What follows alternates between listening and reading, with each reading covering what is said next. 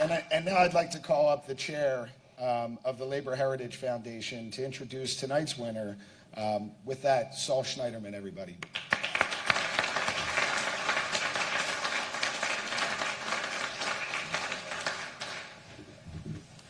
Shawn Fain and to support the Labor Heritage Foundation.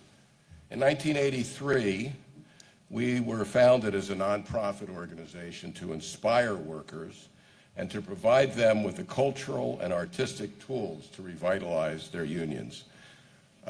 I founded it along with Joe Glazier, who was there in 1955 at the merger of the AFL-CIO, and one of the other founders, I believe, is with us tonight, Joe Uline. Is Joe here? Yep. Joe? The former director of the Industrial Union Department and a son of the CIO. Our programs, the Great Labor Arts Exchange, the DC Labor Chorus, the Labor Film Fest, our radio show and podcast, the MLK Ball, and the Joe Hill Award signify LHF's effort to live up to our reputation as being the art and soul of the labor movement. Now, we meet tonight with the guiding spirit of the pioneers of the labor movement. And one of those pioneers was Walter Reuther, the founder of the United Auto Workers. The history and the struggles of the UAW, as personified by the Fort Hunger March and the Battle of the Overpass, will be featured in a jazz opera called Forgotten this October at the Marygrove Theater in Detroit. The composer of that play is Steve Jones, our own Steve Jones, and he will be there. And the theater director of that is with us, of course, the former director of LHF, Elise Bryant.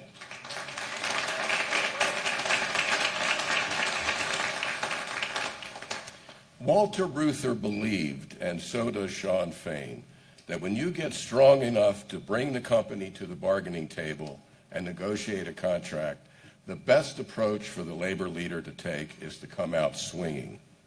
In 1937, standing with Reuther were the heroic sit-down strikers of Flint, Michigan. Now, these were young workers who forged their identity in the midst of the Great Depression. And when they fought to establish the United Auto Workers, they sang. When they tie a can to a union man, sit down, sit down. When they give them the sack, they'll take them back. Sit down, sit down, sit down and take a seat. Sit down and rest your feet. Sit down, you got 'em beat. Sit down, sit down. These were turbulent times, and the union gained ground under the slogan, teamwork in the leadership and solidarity in the ranks. Doesn't that sound like Shawn Fain? Teamwork in the leadership and solidarity in the ranks. So let us get to know Shawn Fain. He was born in Kokomo, Indiana, and his roots are in the South. My grandparents came from poverty, he said, and when I see people from Mexico or Venezuela being vilified, I see my grandparents.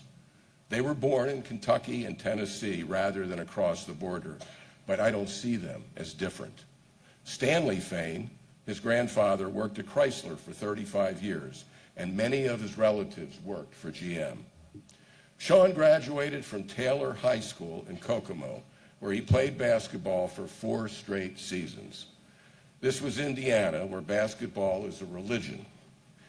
Now, I'm not sure how good his team was, but I read in the New York Times that in one season they went 5-16. Shawn, is that true? Is that the case? Okay, he had a bad year. In 1994, Shawn got his start working as an electrician at the Chrysler plant in Kokomo. He served 5 terms as a skilled trades committeeman and 10 years as the UAW national rep. He spoke out against concessions and the 2-tiered wage system, which created a pay disparity where new hires earned less than existing workers who were basically doing the same work. He became a union reformer, leading an insurgent campaign called Unite All Workers for Democracy, which catapulted him to the presidency in 2023. Shawn Fain, as you've heard, is a successful strike leader, as he took on the big three automakers in an unprecedented strike that ended with big pay increases, an end to the wage tiers, and improved benefits for tens of thousands of his members. Shawn called it the stand-up strike, our generation's answer to the sit-down movement of 1937. And he's a political leader who walked the picket line with Joe Biden. And at the Democratic National Convention in Chicago, he complained about the heat in the convention hall. So he ripped off his suit jacket to reveal a Union T-shirt that read, "Trump is a scab."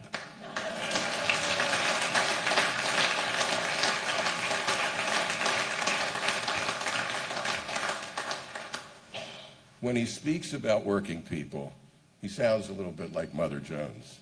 Well, he said, there's the billionaire class, and then there's the rest of us. In 2024, after winning an historic election at the VW plant in Chattanooga, he told the press, "We don't win by playing nice with the boss. We win by giving working class people the tools, the inspiration, and the courage to stand up for themselves." Heritage, my friends, is a bond of fidelity or faithfulness with the past. And Shawn Fain carries the heritage of the United Auto Workers in his heart and in his soul. His fighting spirit and commitment to social and economic justice was forged on the shop floor. So the Labor Heritage Foundation is proud to present its 2025 Solidarity Forever Award to the President of the United Auto Workers, Shawn Fain.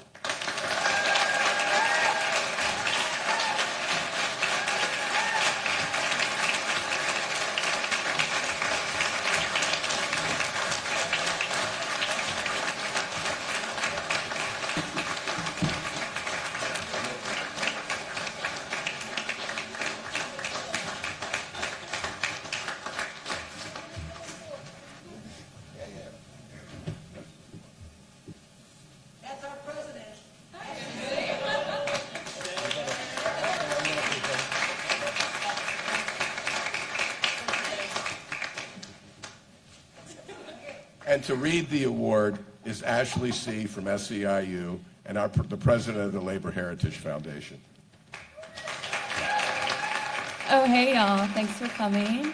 I also wanted to give a shout out to my new friends. It's their first time at AFL. They're organizing their organization currently. I know they're in the corner, but...